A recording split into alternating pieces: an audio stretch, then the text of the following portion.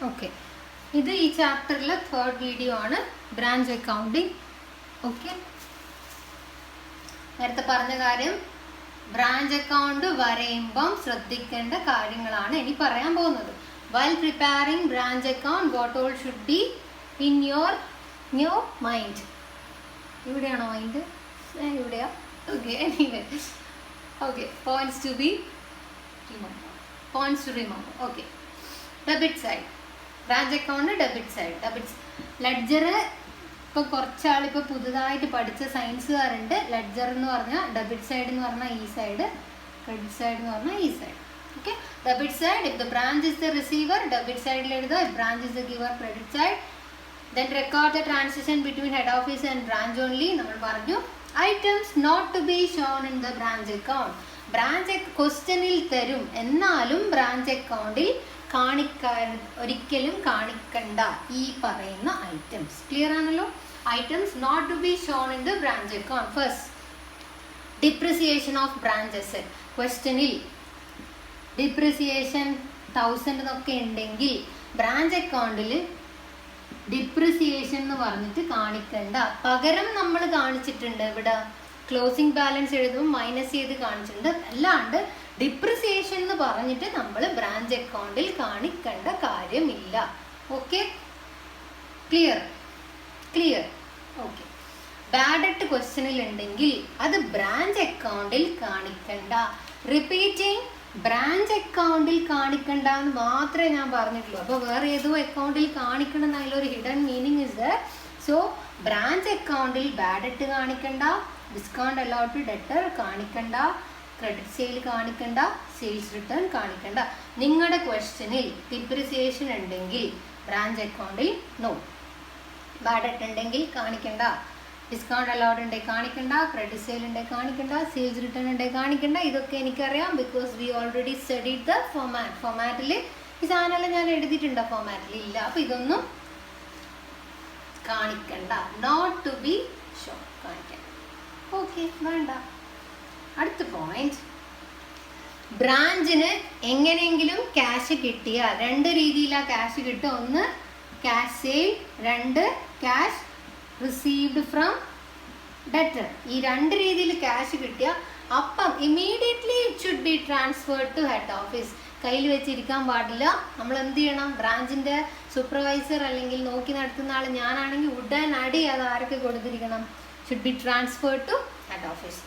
ഈ പോയിന്റ്സ് നോട്ടിൽ, ഇത് എക്സാമിന് തിയറി പാർട്ടിലേക്ക് വേണ്ടിയിട്ടുള്ള നോട്ടല്ല, പ്രോബ്ലം ചെയ്യാൻ വേണ്ടി നിങ്ങളുടെ തലക്കകത്ത് ഉണ്ടായിരിക്കേണ്ട കാര്യമാണ് ഞാൻ ഇപ്പോൾ ഉള്ള ഈ പറയുന്നതിൽ എഴുതുന്നത്. ഞാൻ തിയറിൻ്റെ നോട്ട്സ് വേറെ തന്നെ തരുക ചെയ്യില്ല, അത് നിങ്ങൾക്കറിയാം. സോ ഇത് നിങ്ങളുടെ ബുക്കിൽ നല്ല വൃത്തിയിൽ അവിടെ എഴുതി പെൻസിൽ കൊണ്ടൊന്നും എഴുതി വെക്കണ്ട. ക്ലിയർ ആയിട്ട് ഇതുപോലെ അവിടെ എഴുതി വെച്ചാൽ എക്സാമിന് റിവൈസ് ചെയ്യുമ്പോൾ ഒരു ബുദ്ധിമുട്ടും ഇല്ലാണ്ട് ഈ ചാപ്റ്റർ റിവിഷൻ നടക്കും. ഓക്കെ, അപ്പോൾ നിങ്ങൾ പലരും ചെയ്യുന്ന പോലെ ചെറുങ്ങനെ ഇങ്ങനെ ഒരു വരഞ്ഞ് പെൻസിൽ കൊണ്ടൊന്നും എഴുതണ്ട. നല്ല വൃത്തിക്ക് തന്നെ ഈ പോയിന്റ്സ് ഒക്കെ നോട്ടിൽ ഉണ്ടായിരിക്കണം. ഓക്കെ, എന്നാൽ നിങ്ങൾക്ക് നല്ലതാണ്. അയക്കുന്നതാണ്. പോസ് പ്രസ് ചെയ്തിട്ട് എഴുതിക്കോ കേട്ടോ. Okay, next point, treatment of branch expense. Branch നടത്തിക്കൊണ്ടുപോകാൻ ചെലവില്ലടോ, അതിനെപ്പറ്റിയാണ് പറയുന്നത്. ബ്രാഞ്ച് എക്സ്പെൻസ്, ബ്രാഞ്ചിൽ എക്സ്പെൻസ് ഉണ്ടാവും. ഓക്കെ, അത് രണ്ട് തരത്തിൽ മീറ്റ് ചെയ്യാം.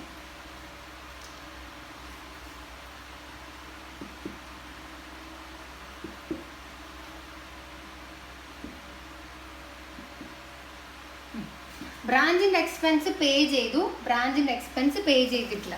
പേ ചെയ്തിട്ടില്ല എന്ന് പറഞ്ഞാൽ ഇനിയും പേ ചെയ്യാനുണ്ട്. That is outstanding. ഔട്ട്സ്റ്റാൻഡിങ് എന്ന് പറയുമ്പോൾ എന്നാടോ അത്? ലാബിലിറ്റി. ഇതൊക്കെ കണക്ക് ചെയ്യുമ്പോൾ ഈസി ആയിട്ടോ, പേടിക്കണ്ട.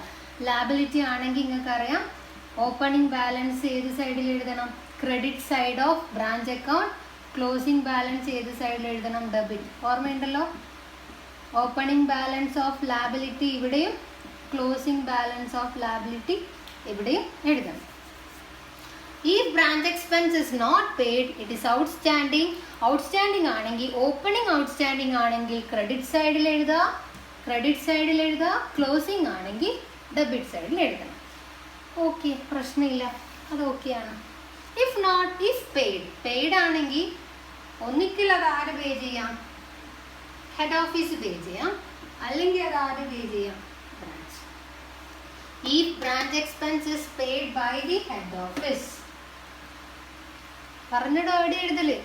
ഹെഡ് ഓഫീസാ പേ ചെയ്തെങ്കിൽ എവിടെ എഴുതല്? ഇവിടെ അല്ല, ടു ബാങ്ക് എന്ന് പറഞ്ഞിട്ട് എക്സ്പെൻസ് ഓർമ്മയില്ല, എക്സ്പെൻസ് പെറ്റി ക്യാഷ് എന്ന് പറഞ്ഞാൽ എഴുതിയില്ലേ? എടുത്ത് നോക്കിയാൽ മതി.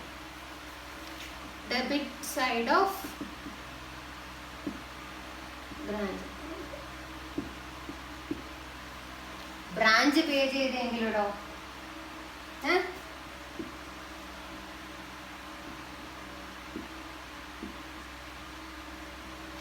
ബ്രാഞ്ച് പേ ചെയ്തെങ്കിൽ ആ പേ ചെയ്ത ആളെ പോക്കറ്റിൽ നിന്ന് എടുത്ത് കൊടുത്തോളൂ, അക്കൗണ്ടുമായിട്ട് യാതൊരു ബന്ധവുമില്ല. ക്ലിയർ ആണ്? If it is paid by the branch not to be shown, if it's paid by the head office നമുക്കറിയാം. നമ്മൾ ലെഡ്ജർ പറയുമ്പോൾ നമ്മളിവിടെ ഇങ്ങനെ എഴുതിയിട്ടുണ്ട് അല്ല, എടുത്ത് നോക്കിയാൽ മതി. Debit side of branch account. Clear ആണല്ലോ? ഓക്കെ. അപ്പോൾ ഇതും നിങ്ങളുടെ ബുക്കിൽ ഒരു സൈഡിലല്ല, ഫുൾ പേജിൽ ഇതങ്ങോട്ട് എഴുതുക. Branch expense paid, not paid ആണെങ്കിൽ ഔട്ട്സ്റ്റാൻഡിങ് ആണെങ്കിൽ ഔട്ട്സ്റ്റാൻഡിങ് എക്സ്പെൻസ് അല്ല, ലാബിലിറ്റി അല്ലേ? ലാബിലിറ്റി ആണെങ്കിൽ ഓപ്പണിംഗ് ആണെങ്കിൽ ക്രെഡിറ്റിൽ, ക്ലോസിംഗ് ആണെങ്കിൽ ഡെബിറ്റിൽ. Paid by the head office, debit side of branch account. If paid by the branch not to be shown. Pause press ചെയ്തിട്ട് എഴുതിക്കോ.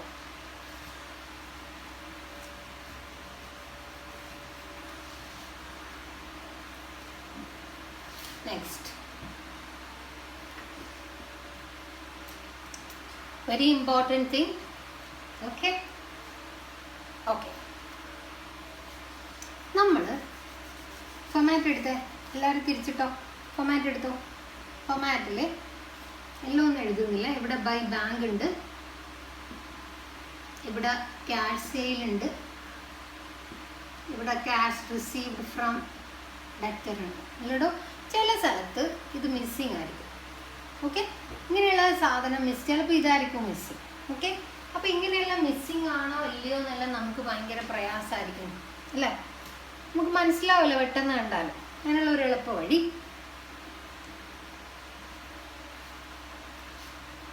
പ്രിപ്പയർ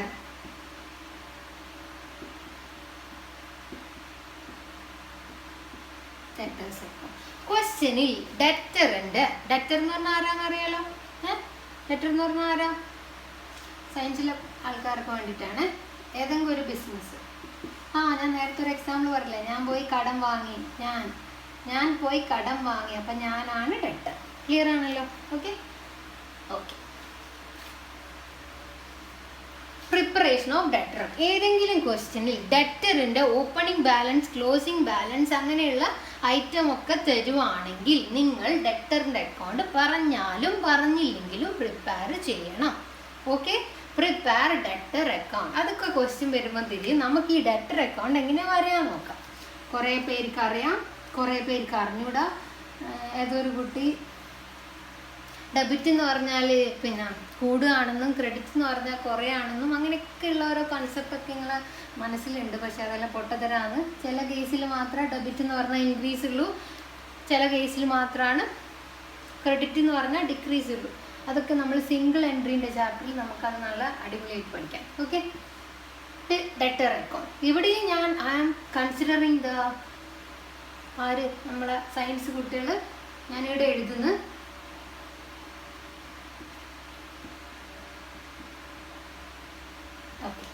ഇവിടെ ആ ഒരു കോൺസെപ്റ്റ് ശരിയാണ്. ലീവ് ഇറ്റാന്ന് നമുക്കറിയണ്ട.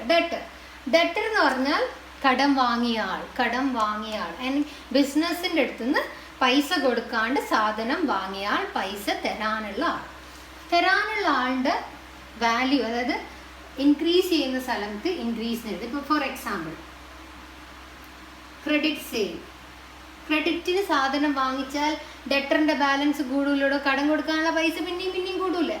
ഇനി ഡെറ്റർ പൈസ തിരിച്ചു കൊടുത്താൽ ഡെറ്ററിൻ്റെ വാല്യൂ കുറയില്ലേ? ഇപ്പം ഫോർ എക്സാമ്പിൾ 10,000 രൂപക്ക് കടത്തിന് സാധനം വാങ്ങിച്ചു. അപ്പൊ ഡെറ്ററിന്റെ വാല്യൂ 10,000 ഇല്ലേ? എനിക്ക് കടം കൊടുത്ത ആളെ വാല്യൂ എന്ന് പറഞ്ഞാൽ കടം കൊടുത്ത പൈസ 10,000 ഇല്ലേ? അപ്പൊ ക്രെഡിറ്റിന് സാധനം വാങ്ങിച്ചാൽ ഡെറ്ററിന്റെ വാല്യൂ കൂടൂലടോ അല്ലേ? കൂടൂല. അപ്പൊ ഇൻക്രീസ് ചെയ്യുമ്പോൾ ഇവിടെ എഴുതാം.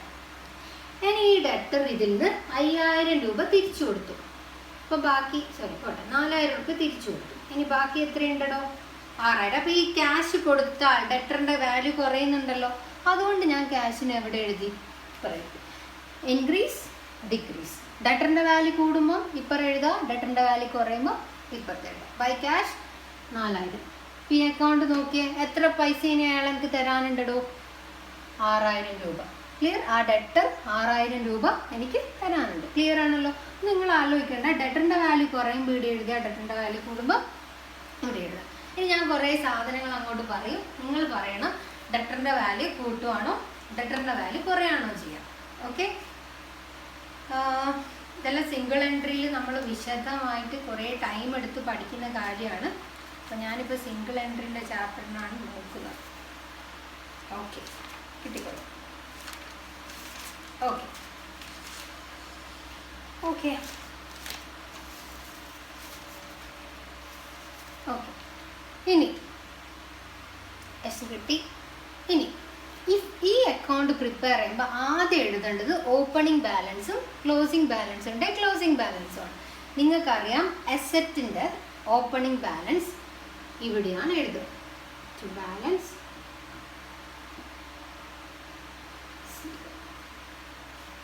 B bar, to balance B bar. അപ്പോൾ ക്ലോസിംഗ് ബാലൻസ് എവിടെ എഴുതുക? നമ്മൾ നേരത്തെ ബ്രാഞ്ച് അക്കൗണ്ടിലും എല്ലാം എഴുതിയിട്ടുണ്ട്. അസറ്റിൻ്റെ ഓപ്പണിംഗ് ബാലൻസ് ഇവിടെ, ക്ലോസിംഗ് ബാലൻസ് ഇവിടെ. ക്ലിയർ ആണല്ലോ? ഡെറ്ററിൻ്റെ ഓപ്പണിംഗ് ബാലൻസ് ഇവിടെ, ക്ലോസിംഗ് ബാലൻസ് ഇവിടെ. ക്രെഡിറ്റ് സെയിൽ ഇവിടെ, സംശയമില്ല, ബിക്കോസ് ഇൻക്രീസ് ചെയ്യും. പൈസ കിട്ടിയാൽ വാല്യൂ ഡിക്രീസ് ചെയ്യും. ഇനി നമ്മൾ അയാൾക്ക് ഡിസ്കൗണ്ട് കൊടുത്തു. ഡിസ്കൗണ്ട് കൊടുത്താൽ ഡെറ്റർ വാല്യൂ കുറയില്ലേ? 10,000 രൂപ ഉണ്ട്. അത് നിങ്ങളോട് പറയുന്ന പോട്ടെ, എനിക്ക് ഞാനൊരു ഡിസ്കൗണ്ട് തരാം 500 രൂപ. അപ്പോൾ എത്ര കൊടുത്താൽ മതി? 9,500. അപ്പോൾ ഡിസ്കൗണ്ട് എന്ന് പറയുമ്പോൾ വാല്യൂ കുറയും. സോ ഞാനിവിടെ എഴുതി. പിന്നെ ഇവിടെ വരുന്നതാണ് ബാഡഡ്. ബാഡഡ് എന്ന് പറഞ്ഞാൽ എന്താ? ഒരിക്കലും കിട്ടൂല എന്ന് ഉറപ്പായ പൈസ. ബാഡഡ് അല്ലേ? ബാഡഡ് ഇവിടെ എഴുതുക. മാക്സിമം ഈ ചാപ്റ്ററിൽ ഇത്ര ആയിട്ടേ വരുള്ളൂ കേട്ടോ. ഇനി വരുന്നത് ബിൽ റിസീവബിൾ അല്ല. അതെല്ലാം നമ്മൾ സെൽഫ് ബാലൻസിങ് ലെഡ്ജർ സിംഗിൾ എൻട്രിയിൽ അല്ലെ ഇൻകംപ്ലീറ്റ് റെക്കോർഡ്സിൽ പറയാം. ക്ലിയർ ആണല്ലോ? By balance, to balance, credit sale ഇവിടെ, ക്യാഷ്, ഡിസ്കൗണ്ട്, ബാഡഡ്. എന്നിട്ട് നമ്മൾ ഇത് എന്ത് ചെയ്യണം? ഏറ്റവും കൂടുതലുള്ള ഭാഗം ഇവിടെ കൂട്ടിയിടണം. അത് തന്നെ ഇവിടെ എഴുതണം, ബാലൻസ്. അതൊക്കെ നമുക്ക് കണക്ക് വരുമ്പോൾ നോക്കാം. സോ നിങ്ങൾക്ക് വേണ്ടത് preparation of debtor account. Debtor account എന്തായാലും പറയേണ്ടവരും. അപ്പോൾ ഡെറ്റർ അക്കൗണ്ട് ഫോമാറ്റ് ഓർമ്മിക്കുക. ഇൻക്രീസ് ആണെങ്കിൽ ഇവിടെ, ഡിക്രീസ് ആണെങ്കിൽ ഇവിടെ, ഓപ്പണിംഗ് ബാലൻസ് ഇവിടെ, ക്ലോസിംഗ് ബാലൻസ് ഇവിടെ. ക്രെഡിറ്റ് സെയിൽ, ബിക്കോസ് ഡെറ്ററിൻ്റെ വാല്യൂ കൂടും, സെയിൽ ക്രെഡിറ്റ് ആണെങ്കിൽ credit sale, cash, discount, balance. Hope it is clearful. പറഞ്ഞ പോയിന്റ്സ് ഒക്കെ നോട്ടിൽ ഉണ്ടായിരിക്കണം. അതൊക്കെ ഉണ്ടെങ്കിൽ ഈ പാഠം ഭയങ്കര എളുപ്പമായിരിക്കും. സയൻസ് പഠിച്ചവർ വെറുതെ ബേജാറ് പിടിക്കേണ്ട. ഇത് മാത്രം ഓർമ്മിച്ചേക്കുക. ബിക്കോസ് ഞാൻ പറയുന്ന സാധനം എന്ന് വെച്ചാൽ ഞാൻ വേറെ കണക്കുകളൊക്കെ ഞാൻ തന്നെയാണ് കഴിഞ്ഞ പ്രാവശ്യം ഈ ചാപ്റ്റർ ഈ സബ്ജക്ട്സ് ഒക്കെ എടുത്ത ആളാണ്. അപ്പോൾ എനിക്കറിയില്ല എന്തൊക്കെയാണ് ഞാൻ ആഡ് ചെയ്യുന്നതെന്നും വേണ്ടതൊക്കെ ഞാൻ പറയുന്നുണ്ട്. അത് നിങ്ങൾ തലക്കകത്തുണ്ടെങ്കിൽ നിങ്ങൾക്ക് ഒരു ബുദ്ധിമുട്ടും ഇല്ലാണ്ട് കണക്ക് ചെയ്യാൻ പറ്റും. അതുകൊണ്ട് please follow what I set please. Okay, അപ്പോൾ ഇനി ഒരു പ്രോബ്ലം എടുത്തിട്ട് അടുത്ത വീഡിയോയിൽ കാണാം. ഒരു ക്വസ്റ്റ്യൻ തരും, നിങ്ങളത് എഴുതണം. എൻ്റെ സ്ക്രീനിൻ്റെ സൈഡിലുണ്ടാവും ആ ക്വസ്റ്റ്യൻ.